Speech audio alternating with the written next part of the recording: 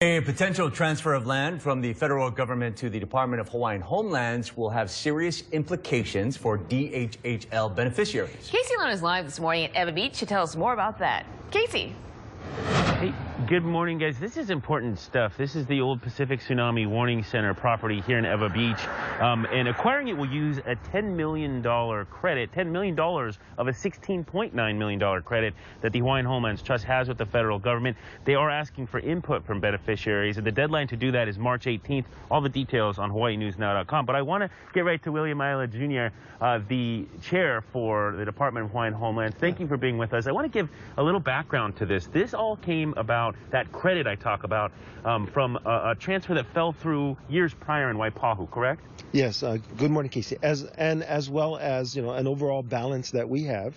So this 80 acres over here, hopefully, once we get through the survey and community consultation, the beneficiary consultation, and we dot all the T's and cross, dot all the I's and cross all the T's, comes into our inventory, and then we'll be able to utilize it for homesteading.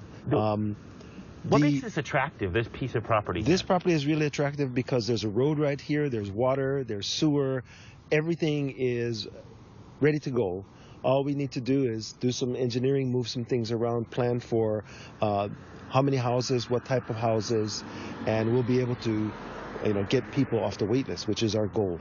Yeah, and speaking of that wait list, I know just last month we learned quite a bit about folks, beneficiaries, about why they've been on the wait list. Can you give us some highlights from that? Well, we have 28,000 folks who are actually on the wait list.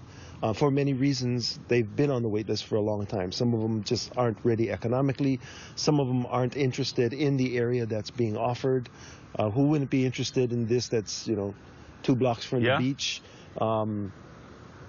It's beautiful, flat, easily developable land, close to shopping centers, close to, theaters right up the road.